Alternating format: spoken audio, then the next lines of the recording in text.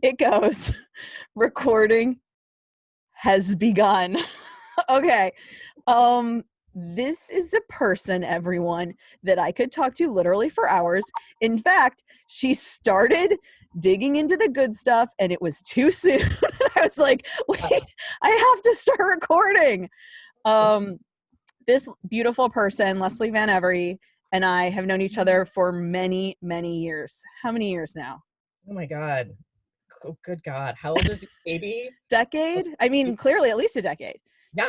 She made a blanket when Alice was born. We still have the blanket.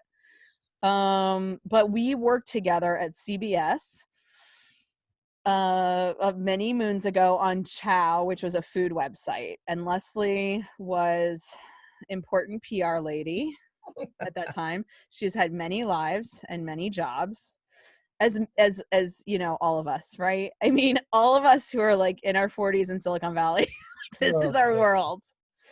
But there's so much I want to say about you, and I will write some stuff about you and your background in the paragraph, so people will already learn about you. But what do you think is the most important bio for people to know about you? Like, what do you say is your bio? Thank you for asking. I would say, for me, one of the things is always like co-founder of Solidarity Sundays, a nationwide activism group that has been around since January of 2016. So it was pre-Trump, just getting women and men to really put their mouth where their opinions were, I guess you could say, by like talking and sending emails to people in Congress. And it's been an amazing, amazing opportunity. There are like, I think, at least 50 different groups of Solidarity Sundays that meet once a month to do actions. And there's a team of like 5 or 6 women now that create the info scripts, and an online Facebook group of like about 7,000 or 17,000 people. So it's a good thing. I have written about this on Beautiful Voyager. I think I did a little like thing about you in Solidarity Sundays, because it feels the grassroots nature and community building nature of it feels so aligned with Beautiful Voyager. So I always applaud your work in helping people take action instead of just feeling stuck. I think that's the real power of Solidarity Sundays. Okay, next question for you. And this I'm kind of interested in, but I think I know the answer. Do you describe yourself as an overthinker? Oh God, all the time. Yes. 24/7. How do you know, what are some of the signs? Do you think of it as anxiety? And if so, like, how does that show itself? That's a great question. For me, my version of anxiety presents itself in 2 different ways. One is sleeplessness, like waking up in the middle of the night and not being able to go back to sleep. And the other one is procrastination. Actually, I would say 3. Procrastination plus, depression at times, which I think is, a really understandable part of and example of where anxiety can take you, feeling kind of hopeless, taking a nap instead of doing the things you need to do, or, being on Facebook or Instagram instead of focusing on the actions that you have to do and the work that needs to get done. So for me, it is a constant struggle to not let the waves of anxiety and insecurity stop me from doing the work. And when I talk about the work, it's not just like the action work, it's the like the signing of the dotted line, and it can be amazing how my anxiety shows up. It shows up in such bizarre ways, like not paying even a $50 bill, which is not, which shouldn't be a big deal. It's just a few clicks away, but for some reason it can be like a terrible, paramount, just gutting thing to do. And I can't explain why. Oh, because it has to do with money, and money goes back to like shame. Should you be putting it away? And all these questions that just flood your mind. And it was one of those beautiful moments when talking to you that I was like, wait, all these things aren't just my little tics. This is something more. this is something more. And the work that I put to sort of settle my brain is a lot of like exercise and journaling and just trying to do things. Sewing I is was going one. to say, as your friend, it's from the outside world, it's always different than the world we experience intimately, but you are such a doer. I mean, all you are doing all the time is like making stuff and incredible crafts and building friendships, very deep friendships with people through creativity. Like you've got this most amazing group of women that you're friends with, and you all dress incredibly, head to toe, in like clothes you have made yourselves. It's just amazing. Oh yeah, this is a group of women that started as like a working parent group, and it's called Dames Au Gâteau, and we go to old 19 like old restaurants 50 plus years old and like have crazy desserts and like crazy dinners there, and we wear like bananas outfits that have hats that it's just like so over the top. We, not surprisingly, get rip-roaringly drunk. There's a lot of cackling involved. It's awesome. I'm so into it, and it seems so healthy mental health wise. Like it is so Oh, yeah. healthy to hang out with your friends the way you do. I really think it's great. So, but that doesn't mean that there aren't these other procrastination times, and procrastination is super emotional. Like that's something that I think in the past people just use the word procrastination, but like that is an emotional thing, like not being able to do something for a variety of reasons or pushing Yeah. it off. It's because there's tension and fear there. So I totally hear that. Do you think that knowing other overthinkers helps you Oh my with your God. anxiety and or depression? Absolutely. I would say that one of the best gifts you ever gave me is when you were like, oh yeah, I'm going through this. Oh yeah. It's this thing that I was like, I'll never forget. We would have these like completely crazy, like once a year, 4 hour, like just meetups for coffee and be like, And by the way, usually after I had gotten let go from a startup, there was a period there where it was like after every of my crazy startup jobs, I would have my time, my Leslie time would follow. yes. And I'm like, well, it's one upside that this job is over is I get to be with Leslie again. You guys would have like a lovely, morning. You usually start at like 10 o'clock in the morning and I would loved go it. like 2 o'clock. It was Yeah. amazing and I loved it. And so one time you were like, it's this thing, GAD, general anxiety disorder. And like it's a thing. And I'm like, holy crap. It's such a thing. It's profoundly a thing. And I am so grateful that you gave me the language and then gave me so many solutions in the beautiful book you wrote. It's so good. God, Thank it's you. amazing. It's really I feel very lucky that I can like turn down the corners of specific pages that I think are really relevant and be able to hand it off. Thank you again. Some people, if they read the book to the acknowledgments part, may find your name in it because you are one of the first readers, which means a very trusted person in my world who I thought would have like great insights or at least tell me like it worked. Like this book is on the right track, which is really the hardest thing when you're first writing something is like Oh my God. right path, not right Yeah. path. Yeah, totally, totally, totally. But it was the right path, all right. It was like so the right path. And you were so funny. You were so like, it's just a silly, sassy book. You could, just leave it in the bathroom and read it I there. always say that it's toilet reading. The Yeah. reason I say it's toilet reading is to me, like my favorite newsletters or my favorite little things are toilet reading because they're like it's like you doesn't have to be like a big deal. It's like I can just like pick it up, dip into it, it's fine, I can enjoy it. It's almost like a little like guilty pleasure almost. Oh my God. Like, oh my God, you're hilarious. I call it more like toothbrush Toothbrush reading. time. 2 minutes, it's 2 minutes on my Yeah, toothbrush yeah, of I like, like things that are very digestible, like quickly digestible like that. yeah, yeah, totally. I'll have to buy another book just for the salle de bain, just for the That's bathroom. Isn't so that cute. great? You're so And cute. you're the best.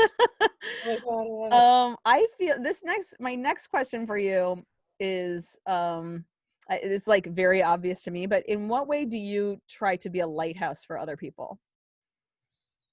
Hmm. You know, I say the best way that I can be a lighthouse is by, I think there are many ways.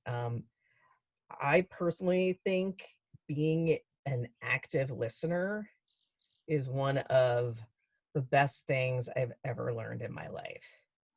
So, like, being an active listener means that you are really absolutely listening to this person. You're not like fiddling with your phone. You're not, looking at other people. You're really making a giving of yourself fully to someone. You are And so good at that. it's the thing that makes me happiest that I can really listen because people have extraordinary things to say. Like it's just mind blowing. So I don't know if that's me being a lighthouse, but It I is. it might be more of That like is a how you rock connect with others. that That is how they're you a shine. lighthouse. But the other thing you do, I will say, having gotten to work with you, is that you always put humans first. Like a lot of people at work, out of fear, I'm sure, kind of put corporations first, which I get. But you always had such a human approach.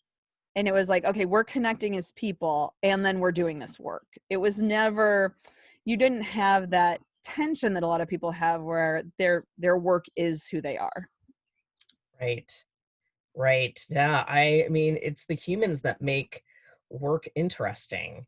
It's the humans and how they look at solving a problem and how they can help create these beautiful stories that to me is like, my God, the reason to be, the reason to live is to like, because maybe I'm very lucky because, I'm in communications and content and I live for stories and everybody has one and that makes the way they talk and their solutions and the questions they ask it's the glasses, it's their vision, it's their view, their perception that makes the story better. You know what I What mean? are some of the stories that you've read, if you can think of them? I know it's always hard to remember what you're reading, but something that you've read recently, a story, profile, anything that really struck you, like, wow, this is incredible. That's a really It's good hard for me question. to answer too, because sometimes I'm like, wait, what did I read? When did I last read that? In today's society, we consume so much more content than we ever have before, right? So, like, our idea of content has really changed.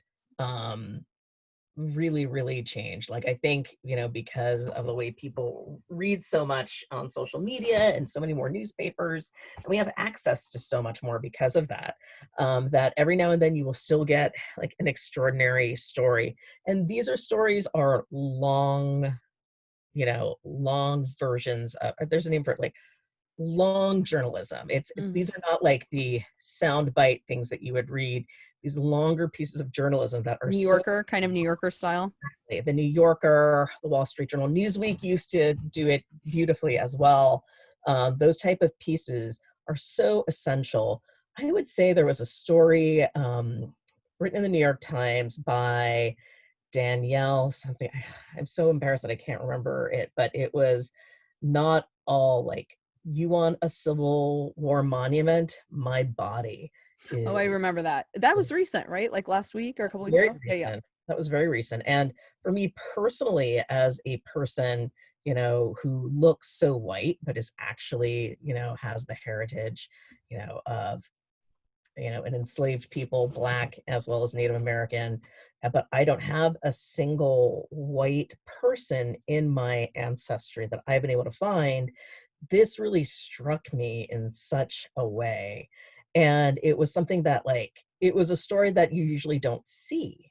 And so that was really an extraordinary piece for me to read. I'm trying to think of like other I mean, stories. that piece really was extraordinary. I think one of the things that made it that way was we don't often look at ourselves or the people we know as, other cultures do this more, but as like the amalgam of the people that came before. Right. And like this sort of idea of all these people being there with their stories expressing itself through what you see. That was a pretty mind-blowing concept. That is just not a concept that's often told. Yeah, especially in America where the concept of self-made man, Yeah. self-made person is so essential. We don't acknowledge at times the whole group of people behind, that help somebody get to that next level. It's humbling and beautiful at the same time to really break down that concept and that we are all connected to someone else's success or someone else's failure. The next part of this conversation is this area that I always call like, what is the topic that is on your mind right now? Like, this is your time, this little moment right now, to talk about something that you've been curious about or you've been thinking about. It's kind of like, what is something that you would like to talk about that you haven't gotten a chance to talk about elsewhere? Hmm, that's a really, thank you so much, number one, for that opportunity. And just like for me personally, we were talking a little bit about this that made you run to Oh yeah. And you were like, the anxiety is coming from and I was like, hold, hold. 1 second. Um, you know, this has been an extraordinary year on many different levels. For me personally, it's almost a year of reckoning. It's a year of reflecting back, as well as looking at what, reflecting back on the stories that I told myself, that I made of myself, and saying, are these the stories that I want to continue moving forward in my life? And I know you would think at the age of 50 that I would have that settled, but I don't.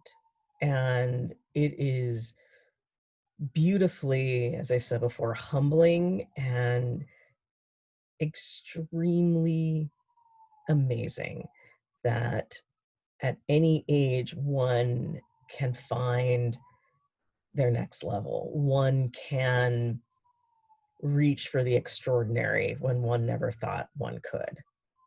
And the extraordinary changes for everyone. And for me, mine is so subtle, but I think really important. And dear reader, as I've said, like, so I married him, dear reader, I am Black. I am white presenting Black. And this is something that I would usually kind of like mumble or say in unusual ways.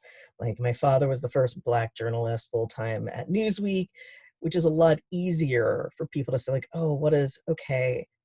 And just a lot of people take for granted their race. White people certainly do. Even Black people, um, all people of color for the most part are very able to center who they are. And I have a skin that does not show my heritage. And it could have been very easy for me to pass, but that was never an option that I wanted because that would mean not acknowledging all of those people behind me, the ancestors that have made me me. So that concept of a self-made person has never felt right for me. And the ability to say who I am and to claim my heritage by saying white presenting Black means that I can claim my Blackness. And I have to also be okay with people not being okay with it. Yeah, that's That's tough. some next level Yeah, challenge. that's some serious next level challenge. It's not even from white people, it's a lot more from Black people that are, Yeah. you're not Black enough. You really aren't. Like you have seen no, you have not experienced any of the negative side effects. And I'm like, you're right. I haven't. I haven't for the most part. But when I do tell somebody, I assure you, I get I get stuff. Yes, I can, drive my car and not be pulled over. Yes, I'm not called an angry Black woman when I say things. It's relatively kind, mostly believed. So I don't have that. But, you can't, there's a certain way when you're raised by two people who are Black, who have been raised Black themselves. When your father looks Black, you know, you experience a lot of things. I've Absolutely. seen. I was thinking the same thing. I was thinking, you know, to discount your experience with your parents, to discount the things that you are learning from your father growing up, and his experiences in the world and his experiences as a journalist, and like how formative that is. And side note, both Leslie and I lost our fathers around the same time, so we are also bonded. I've always followed her posts about her dad. Like I feel close to her relationship with her father because of mine. But to discount like what that is, the the lessons we learn through that Yeah, relationship and from those people is totally. very myopic. I think it's like really missing something really important. What do you Yeah. think your dad would have said? Like, did you talk to him about these topics? Like, what did he say about white Mm. passing, or like how other people may perceive you? Like, did that ever come up? I remember I was very young, maybe like 7 years old, when I was talking to my dad about something, and he's like, "But I look white. I mean, I could just be white," and it like stopped my father in his tracks. And he was like, "Do you know what that means to pass? To pass means that you do not get to ever acknowledge me. You do not get to, Oh my if we were god, to pass on the street, devastating. you could not say hello. I could not hug you.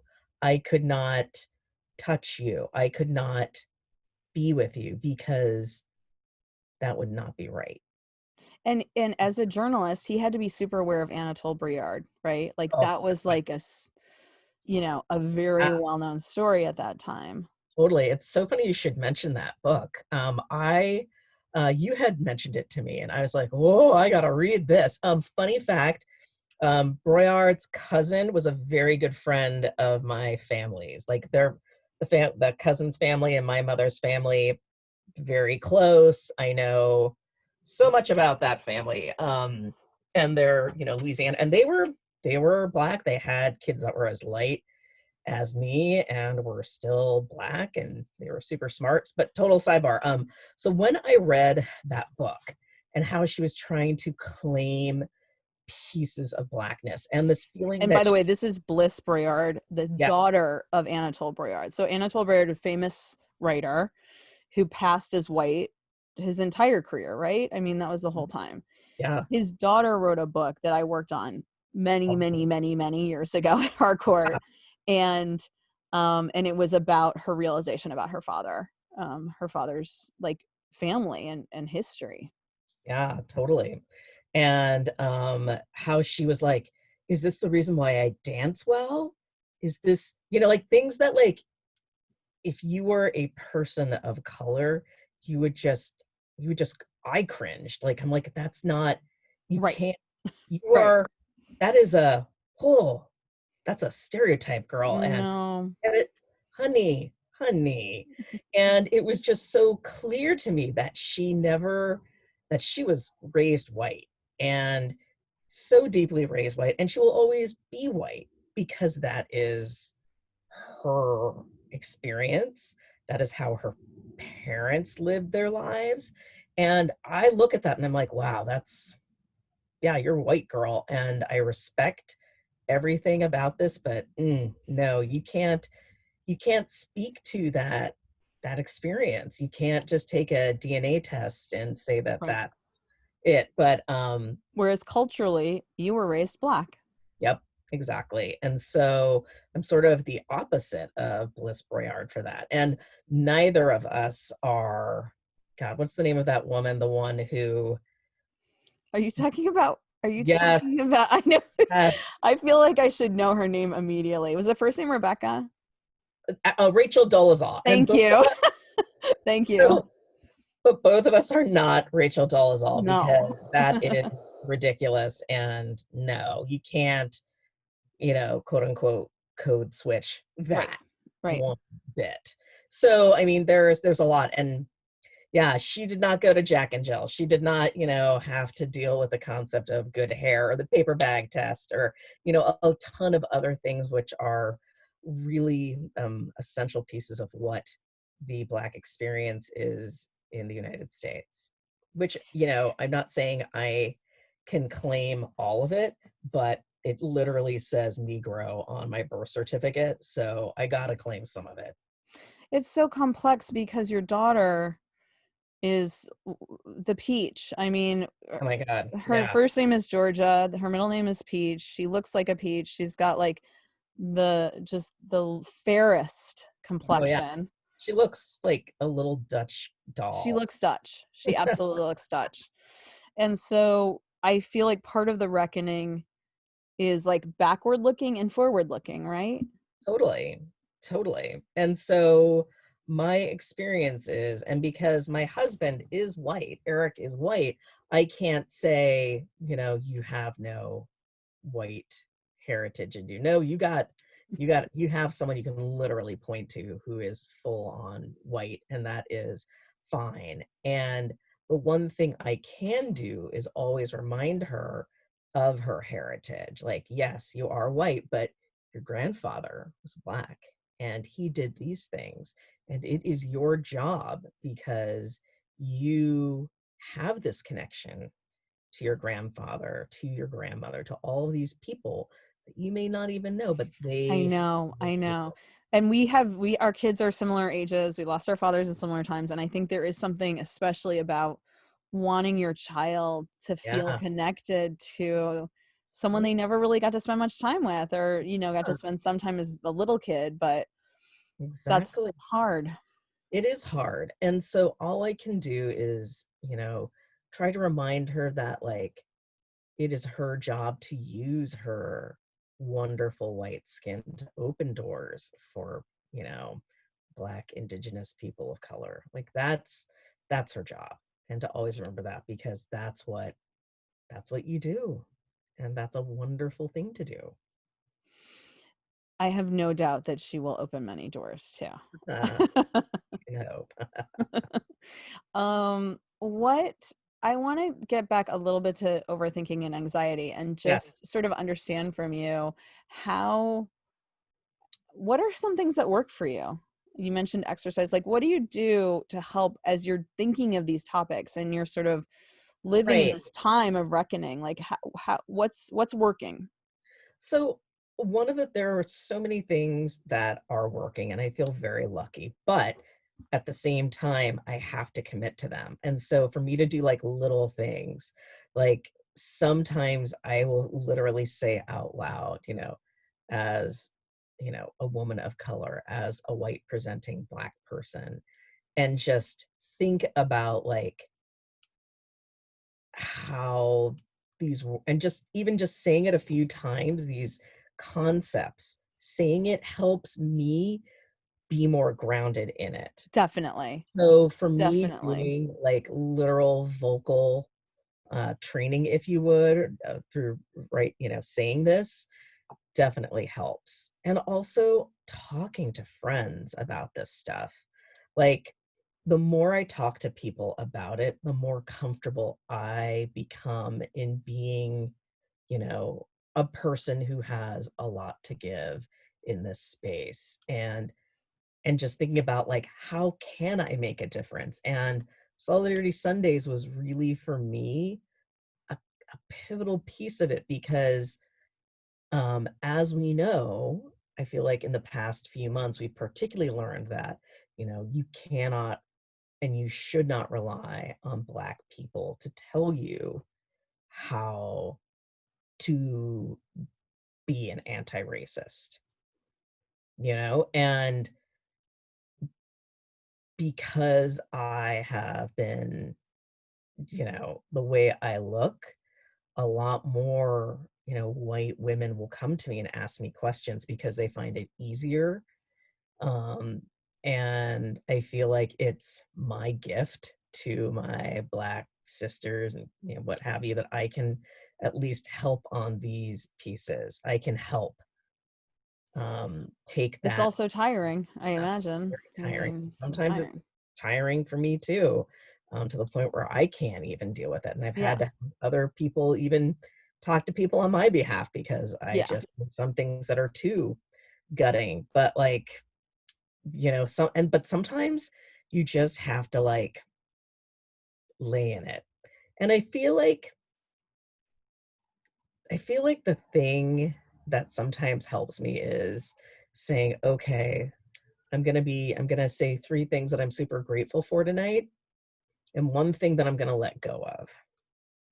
And sometimes I'll actually say that same thing that I'm gonna let go of a couple nights in a row, Or and more. Or or more. more. Yeah, or more. And so That is a great tip, by the way. I think I might need to add a what am I gonna let go of?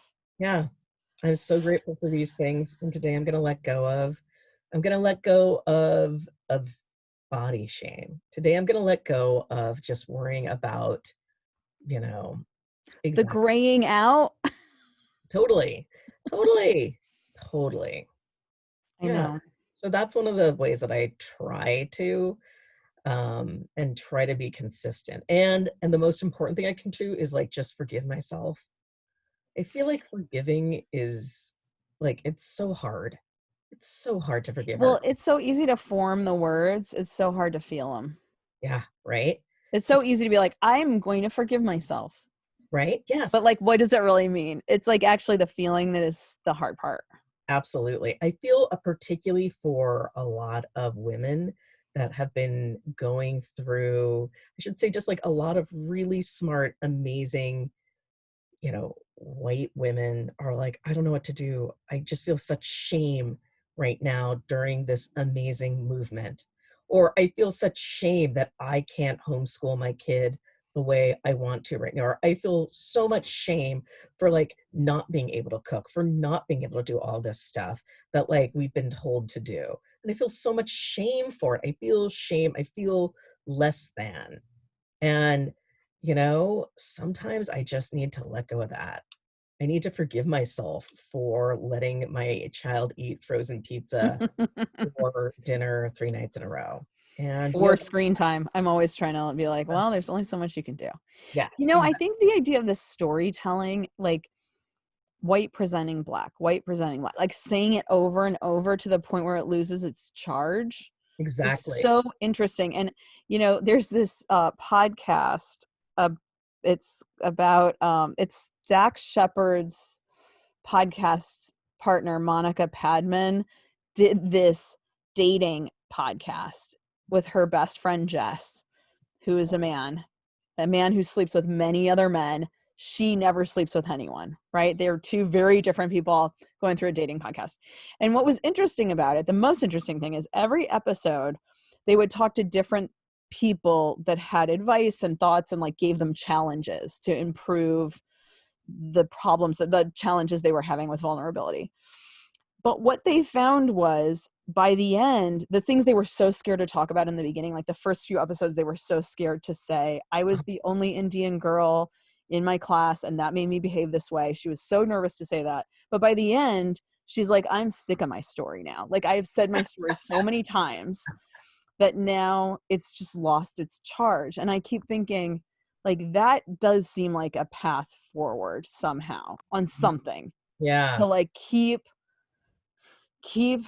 going for it until, and I try to do that with Instagram, by the way. I try to like post until I post things that would have made me so uncomfortable a few years ago, Love it. Yeah. thinking like, you know what, I want it to lose its charge. Like who really cares? No one really cares.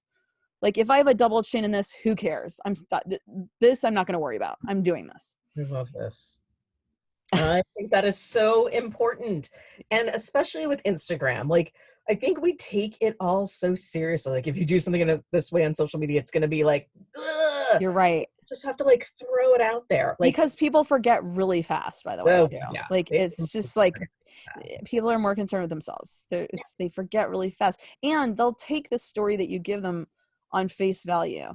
Like Totally. no one is going to have the charge you have when you say white presenting black or whatever that topic may be for yourself Yeah. as you do. but like for you it's so hard to say, but people don't realize it. Like they may not realize it's hard to talk about mental health or to be gawky or to show your gray or whatever that might be.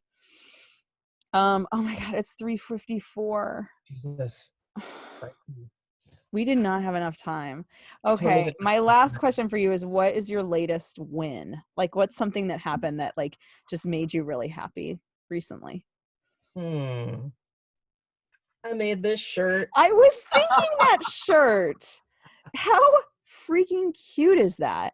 Thanks. I am going to include your Instagram in the description so that people can see some of your creations because they are very inspiring. You're so sweet.